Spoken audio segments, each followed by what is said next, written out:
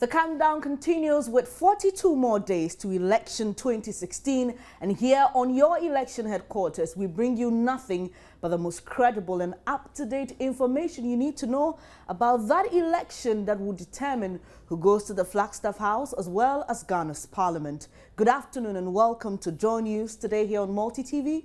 My name is Benes Abubedu. In the headlines, High Court hearing case involving the Progressive People's Party and the Electoral Commission over the disqualification of Dr. Papa Kwesi Indom in the presidential race adjourns ruling to Friday, 28th October.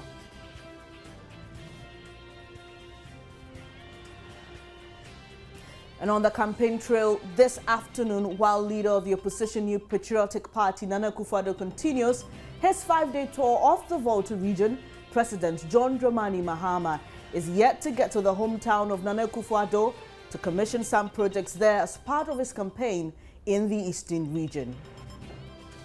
For the details of these, including the latest in business and sports, stay with us for the next 60 minutes.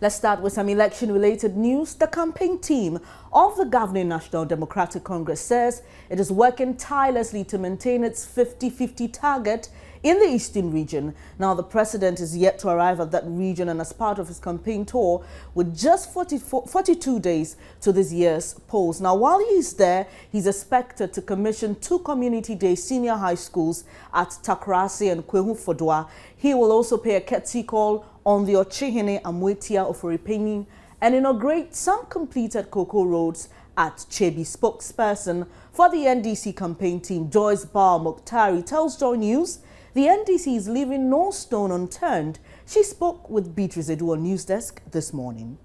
For the Eastern region in particular, they set the agenda 50-50. It's actually couched, which means divided into 2 or, in equal parts or in equal portions or what have you. So indeed, the people of the Eastern region, the party representatives on the ground, the campaign team, each and every individual appointee in government who hails from the region has been working towards achieving the target of a 50-50% result, 50 for President Mahama and, of course, for the NDC.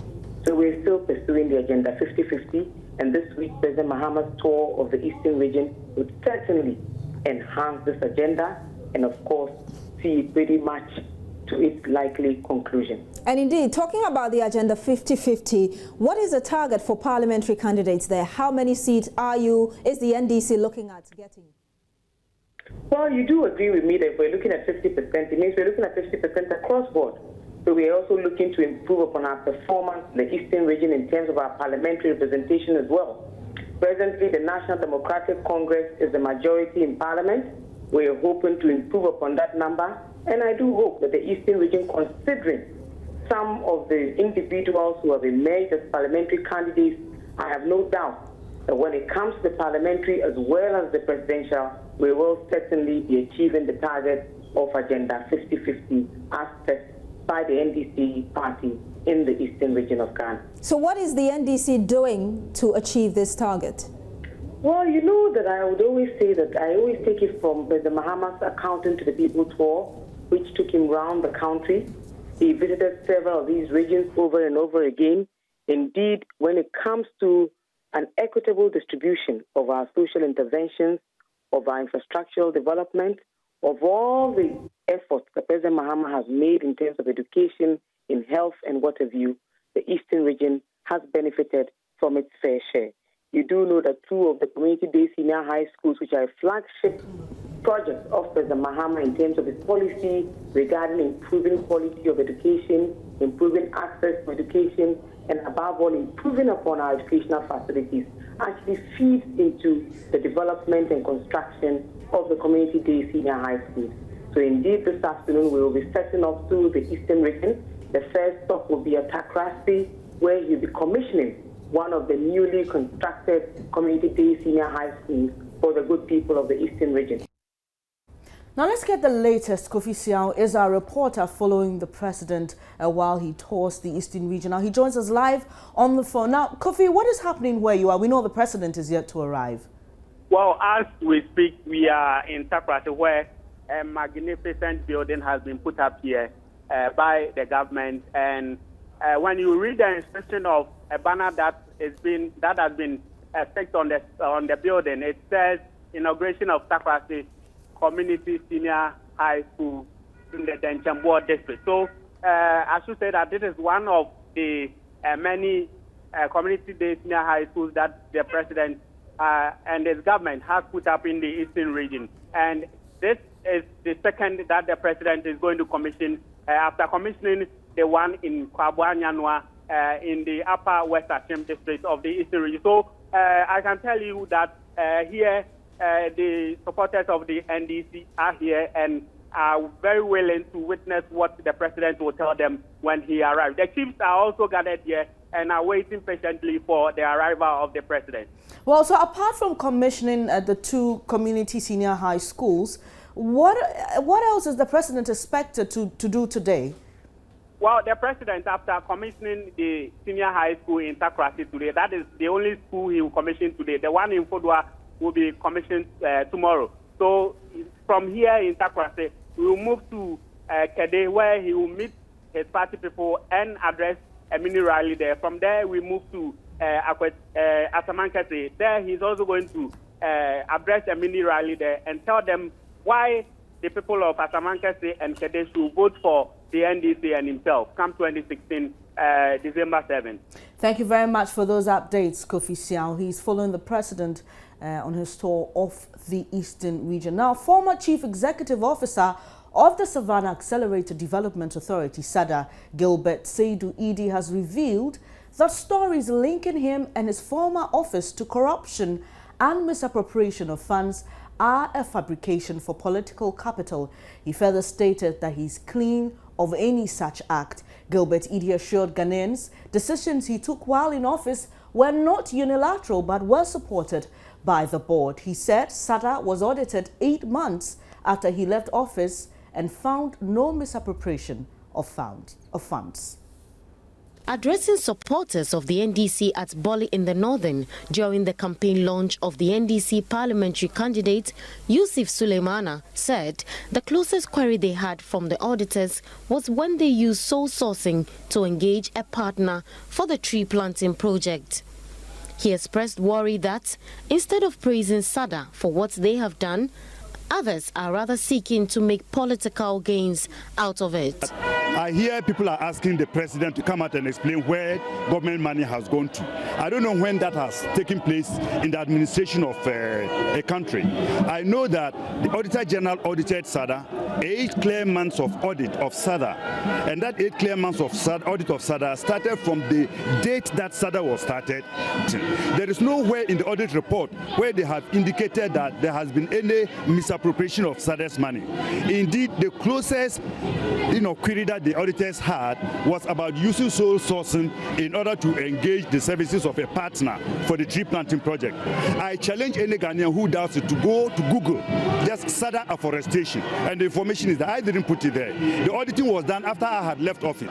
So when people talk about corruption in tree planting, I don't know where they are coming from. Dr. Idi also chastised the running mate of the New Patriotic Party, Dr. Mahmoud Baumia, for demanding to know where monies meant for SADA were and directed him to the auditor's report of SADA. That's the issue that I'm talking about. The auditors have audited SADA, and the auditors SADA over an 8-year period. He should go and ask the auditors or look for the auditor's report and find out specifically where the auditors said that SADA money has been missing before he will ask where that missing money is. But if you come and say that, where is the money that has been given to SADA, where is it? When he used 66 or 65 million cedis, as he says, for the, the currency, redenomination, where is that money? Has he told Ghanaians where the money is? Didn't he use sole sourcing when he did that? If that is not corruption, why should SADA be corruption? He was disappointed that after what he described as working to ensure the success of SADA, he was rather tagged as corrupt. One thing that I really feel very hurt is that after having served the nation in various capacities for over 30 years, with an unblemished record as a regional minister, as a lecturer at the university, only to come within 2 years of SADA, when I was earning a salary that was much lower than what I was earning at the university, to come and be given an accolade of corruption. Those who know me, when they hear these allegations, wonder whether it is the same Gilbert Idi that they know. I want to assure my admirers that it is the same Gilbert Idi that I know, that you know. That's former CEO of SADA, Gilbert Idi, speaking at a rally in Bole, where he emphasized that SADA was audited 8 months ago after he left office and no misappropriation of funds was found. Still on the campaign trail, the NPP leader continues his 5-day tour of the Volta region today, and Ivy Setaji joins me on the line with the latest. Ivy, where is Nana-Addo now and what has he been saying? Well, we are trying to raise Ivy on the line, so we'll get her shortly. But as you see on your screens, these are some live pictures from that particular tour of the Volta region. The MPP flag bearer, Nana Akufo-Addo, is touring that region. My colleague Ivy Setaji is following him, and we'll raise on the line shortly to give us some live updates.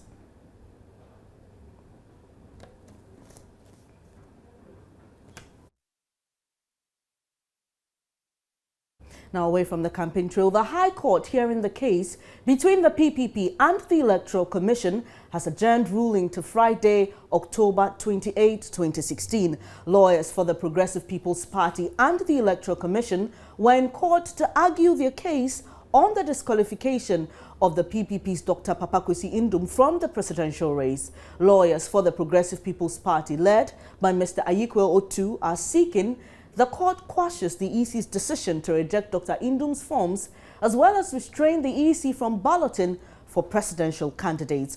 But lawyers for the Electoral Commission, led by Justice Che Bafo, are vehemently opposed to the reliefs being sought by lawyers for PPP. My colleague Joseph Akable was in court and joins me with more. Now, Joseph, tell us exactly what happened in court today.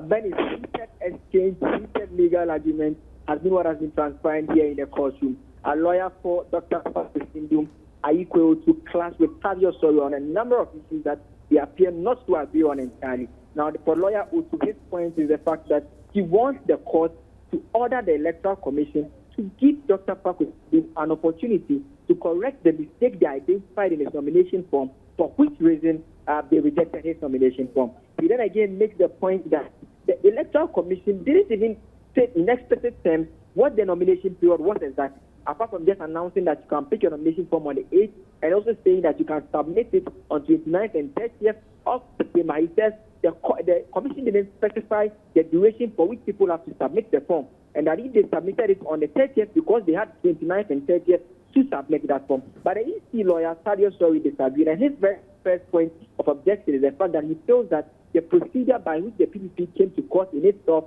is problematic. He says they should have come by a petition and not seeking for a judicial review. He again makes the point again that they explicitly stated the nomination period. He quizzed again that why didn't they present the form today if they didn't know the nomination period, and that is because they knew it, that's why they presented it. Now, one issue that will be very crucial to this matter is as to whether they gave Dr. Indum a fair hearing in allowing him to correct the mistake or not. Now, lawyer Otu says he wasn't given a fair hearing, but EC lawyer Tadio Soro says the commission in fact met Dr. Indum, but lawyer Otu again posted that was long after you had disqualified him, so he didn't give him an opportunity to correct the mistake. So those have been some of the classes that took place in court this morning. But Joseph, how are the parties, the two parties in this case, reacting to the adjournment date, knowing very well that there's been a lot of call that these particular cases must be heard early? Well, so what is happening now is that on Friday, there will be a ruling that will be delivered by Justice Eric Che Bafo. So in fact, he has adjourned to Friday to deliver a ruling on the matter. Now, what the EC lawyer, that is the lawyer for Dr. Papakwesi Indum, Akufo-Addo, has been telling me is the fact that he has made his case in court. He's very confident of getting a decision in his favor. But if he doesn't get a decision in his favor, they will be headed to the Supreme Court. That is the notice they are serving today. Thank you very much, Joseph Akable, for those updates. Joseph Akable was bringing us some live updates. A quick correction there. Justice Che Bafo is not the leader of the lawyers for the Electoral Commission. He's rather the one sitting on the case. We'll be back with more.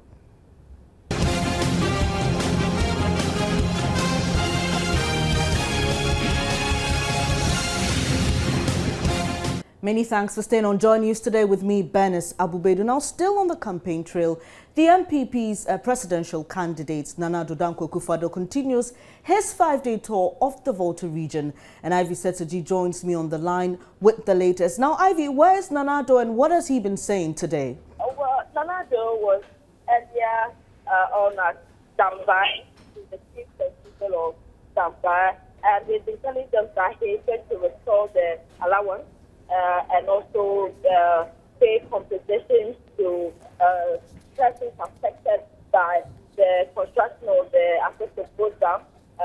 Also, make sure that their roads are constructed if given the north. Now, I also spoke with some students of the Dambai College of Education who also asked Nana, they are speaking with Nana, to restore their allowance because they want to vote for him so that they can restore their allowance. So right now he's moving out of Dambai to Francis. And Ivy, what has the reaction been by many of the residents in these communities, knowing very well that the Volta region is the stronghold of the NDC? Well, there are many. It was a big crowd. You could see thousands of people gathered. Some were on the street, some were at the rally, waiting for Nana to speak with them. Interestingly, the Volta North has witnessed a great rally for Nana Akufo-Addo, despite the fact that this region is the World Bank of the NDC. I spoke earlier with some of them. Some of them were like, okay, they are waiting for him to speak. Even though Volta is the World Bank, they want him to speak. They want to know what he has for them. And some of them are also of the view that Volta is still the World Bank of them. Thank you very much, Ivy Setoji, for those updates of Nana Akufo-Addo's tour of the Volta region. Now, Ghanaians who feel heavily burdened by the increases in taxes under the Mahama administration can now look to the future with hope. This is because government is promising to stop increasing taxes for at least the next 4 years. Government in 2015 introduced new taxes on petroleum products coupled with increases in utility tariffs, thus incurring the wrath of many Ghanaians. Speaking on the Super Morning Show on the heels of a recent announcement by the opposition MPP to cut taxes, Communications Minister Dr. Edward Omanibuama said government is rather considering other ways of raising revenue. What that means is that through the efficiency measures that we are introducing, for instance, Ghana Revenue Authority, as we speak now, we have considerably automated their systems and we continue to improve on that. We are also linking the Registrar General's Department to the Ghana Revenue Authority just to ensure that we are able to have symmetrical information in terms of tax administration and the companies that exist, what they seek to do and all. So just by these efficiency measures alone, even if you are not to even talk about what they say, proverbial widening the tax net by physically going to identify new taxpayers electronically, you are reaching a wider scope. You realize that in this manifesto, we haven't spoken about increasing any tax, not at all. So for 4 years, you have no intention of increasing any tax? Not at all. We don't. Wow. We don't. Can you really make such a promise to voters? We believe 4 so. years in advance? We believe so.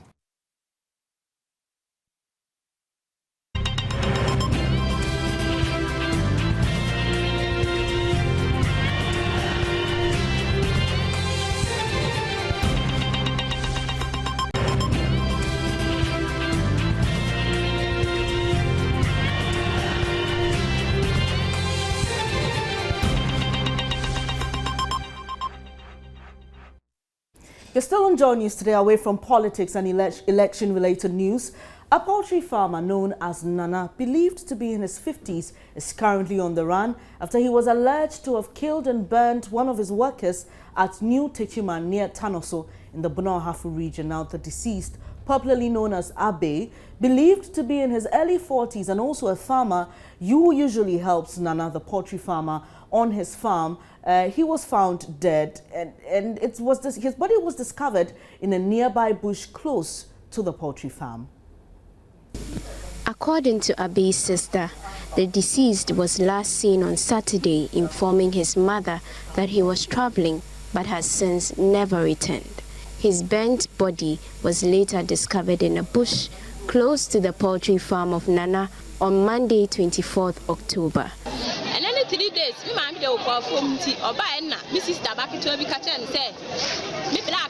3 days ago, my niece told my mother that my brother had traveled. So we also assumed he had traveled, just as she was informed. We've been looking for him since then. We were later called and told that his body was lying at the back of the poultry house of one Nana. We all moved to the place when we were hinted, only to realize he had escaped.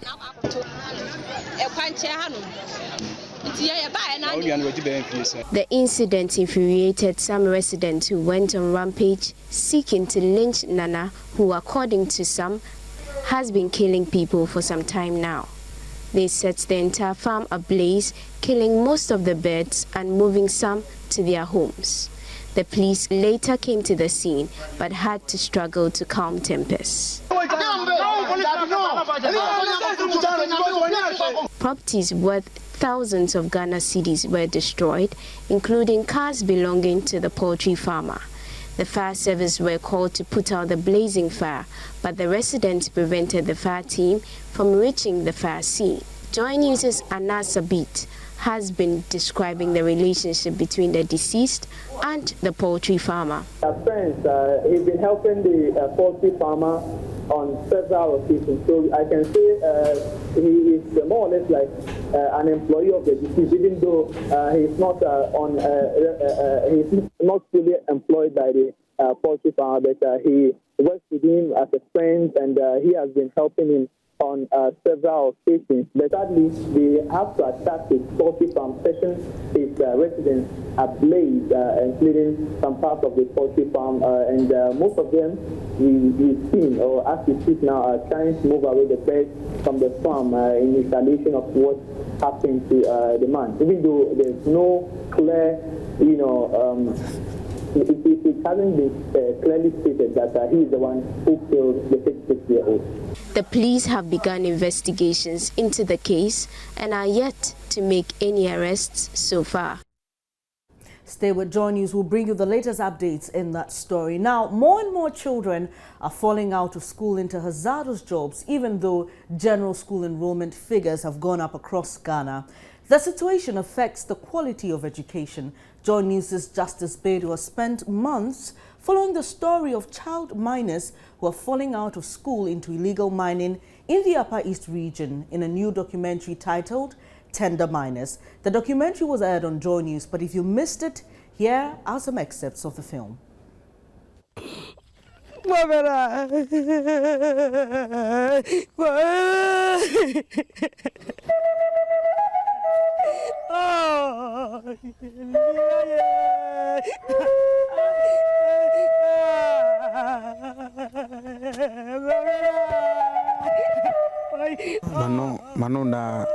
Mana embang mana sigi dan karanyo kai ma tume da sigi la bara tan sigi example sigi manda ma bor kuda ma bor da tana kara ba ko no da la va da enti blas ndan en wo ko yo ta manu pon do ta before ko ken tomat e ogbar sa la so papa da long e da do ta da to sakazi la ata da blenge ta amate sima ka da to la manu da na dolta si sakazi so mamu da do ta o da headline a o eto men gaga be o eto men ya maybe bor zawa o da et lanar eni taranan do ta kama pito asika teta kala afa manu da do ta la down halkra de la ka ra yella tra be down ka by ne si wan ramme o bolan ko da ta yel timi da it vaga wes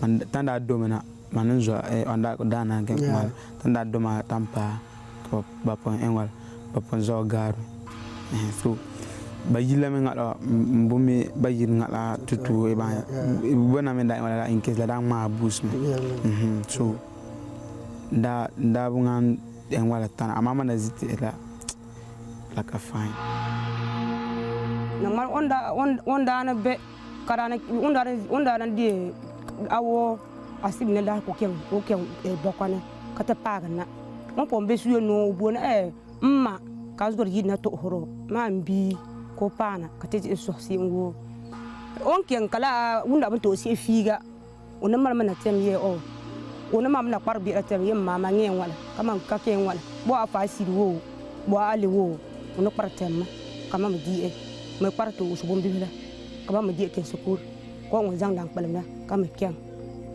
so on da edun wala la oh ni bira sultanda ko tabasi ka bira ya tom la wala la bo mi me zang dem dem lo asire ma ya zila la har mbi ma edun men si en ilbe ba ma ba this is what you wear kain kalam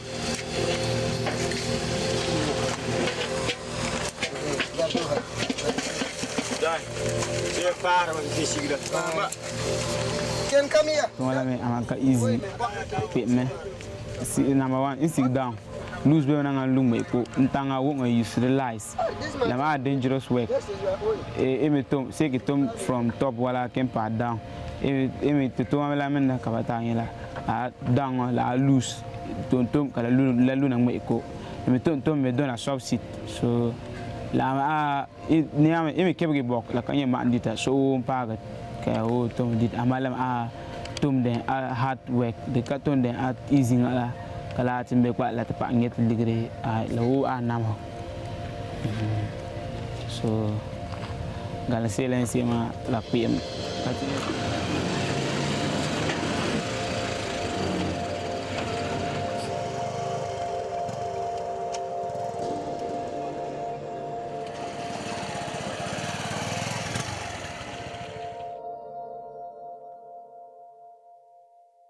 Three days before.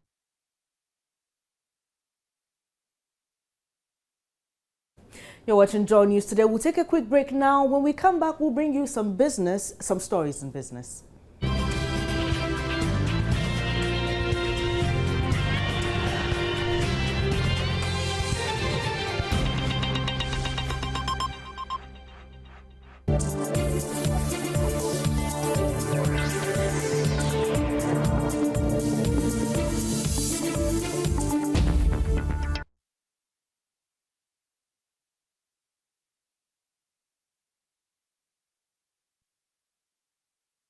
Hello, good afternoon. Here are the afternoon business news. The Ghanaian economy will grow and perform better from next year than earlier projected. This according to a new report by the IMF on growth prospects to African countries released today. But what will be the implication of this projection for businesses and individuals in the coming months? George Riafi tells us more. According to the IMF's regional economic report, the economy will grow by 0.5% more than earlier projected. This will result in the economy expanding to 7.5% instead of the initial 7% forecasted. The IMF is basing its expectation on the expected earnings from the new oil fields like the Sankofa Jinyami gas project. The fund is, however, warning that other sectors like services and agric may not witness the substantial growth like that of industry. The latest report by the IMF joins other international agencies like the World Bank, rating agencies, that things would indeed be good for the economy from next year. The forecast by these institutions could convince other multinationals and investors to invest in the Ghanaian economy now so they can cash in on the expected growth from next year. This will result in more jobs being created because of the economic activities that will happen in the economy from next year. For individuals, the expected good fortunes could affect credit delivery and even the cost of credit going forward. The AGI, in collaboration with the International Trade Center, has launched the first ever SME Competitiveness Report. The report identified difficulties in accessing credit and the inability of SMEs to produce high value-added products as some of the key factors making them uncompetitive. Senior officer at the International Trade Center, Heman Manson, sheds more light on the maiden report. The highest scoring areas are related to the firm, the SME's capability internally to produce and to understand how to manage their business. Having said that, there is a lot of effort that is still required in the way these companies are managing and measuring efficiency, the way these companies are understanding how to adapt in order to compete, how to develop new products, how to innovate. Yeah, essentially this is the area where a lot of effort is required at the company level. This comes together with market incentives. What is the incentive for these companies, and are these companies properly connected to market information so that then it makes sense for them to innovate, for them to adapt. Now, on the global level, the area where Ghana is not scoring so well is related to the access to finance. And this has been voiced here today by most of the private sector. This does not mean that access to finance mechanisms and instruments are not there. They are actually there. It simply means that companies are finding it hard to access and benefit from those mechanisms. And that is hindering competitiveness from the company point of view. And that's all for now. There's more business ahead on the marketplace. My name is Emmanuel Abuaji. Coming up next, sports.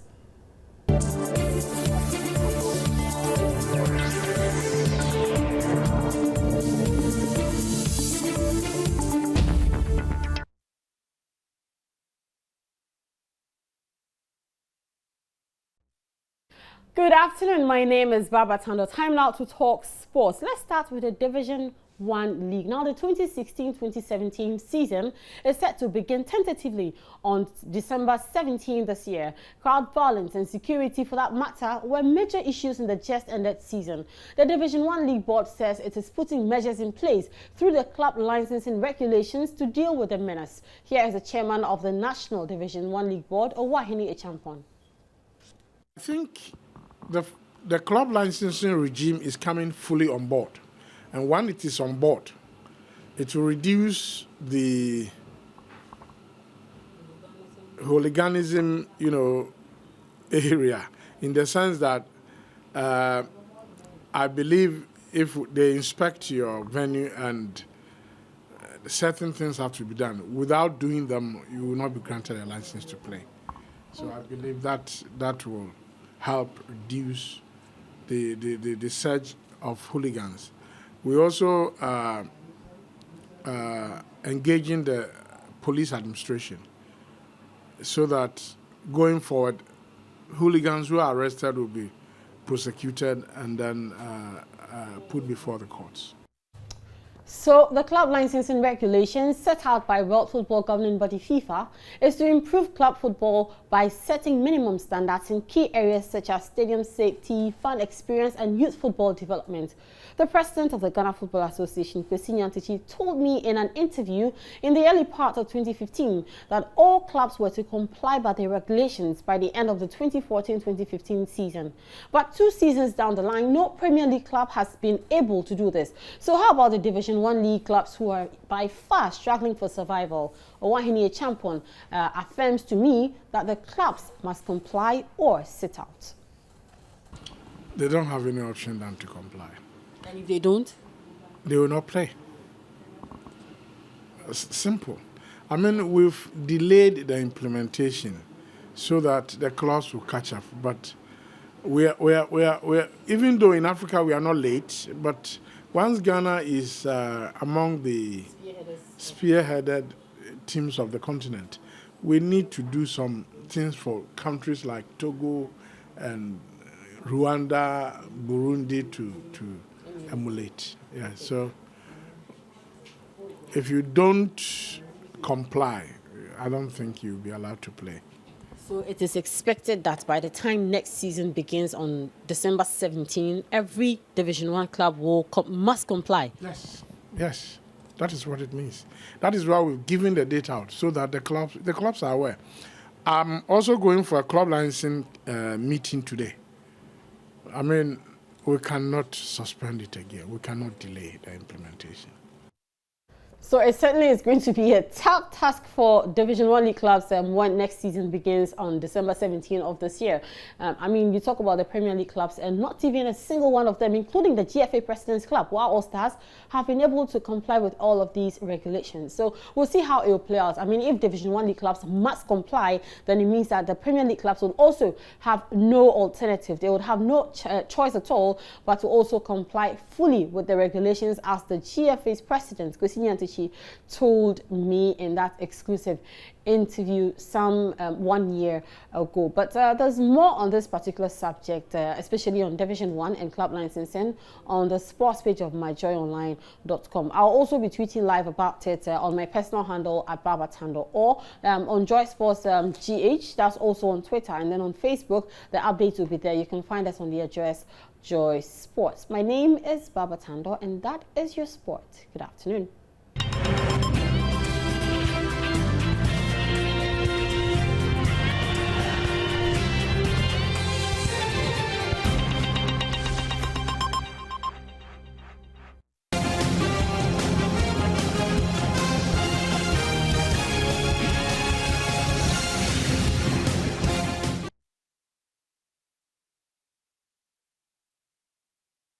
You're still watching Joy News today with me, Benis Abubedu. Now, news coming in is that Nana Akufo-Addo is stranded at Dambai, and there's a possibility he will not make it to Karachi.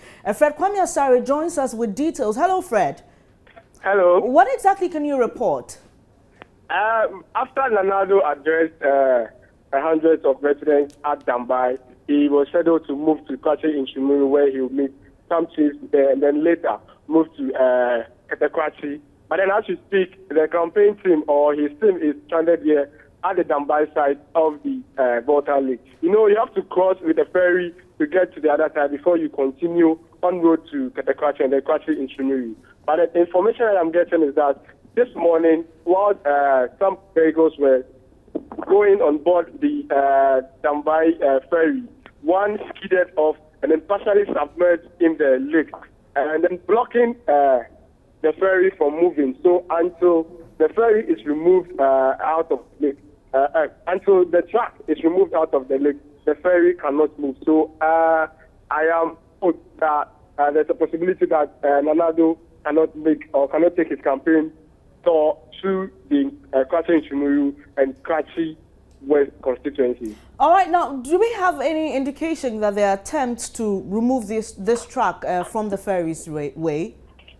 Well, from where I am, the other side of the river bank is a bit far, but then I can't see any activity ongoing at the moment. All right, so he can't make it to Karachi today, but do they have plans of going there at another time? How is the team reacting to this incident? Yeah, I am now trying to get the executive to speak to. As we speak, Nanado has moved from the ferry side, is resting somewhere else, while some executives are here trying to put things together. But then I can't confirm if he will be scheduled to go to Karachi Shimuru and Karachi West on another day. All right, thank you very much for those updates, Fred Kwame Asare, bringing us some news on this rather developing story about Nanado being stranded at Dambai. And that's how we end Joy News today. Many thanks for your company. For more news, log on to myjoyonline.com.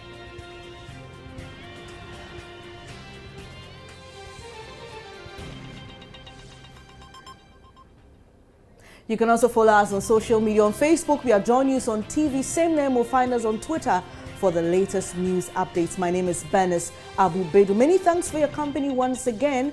Your comprehensive business program, The Marketplace, is up next. Do enjoy the rest of your afternoon.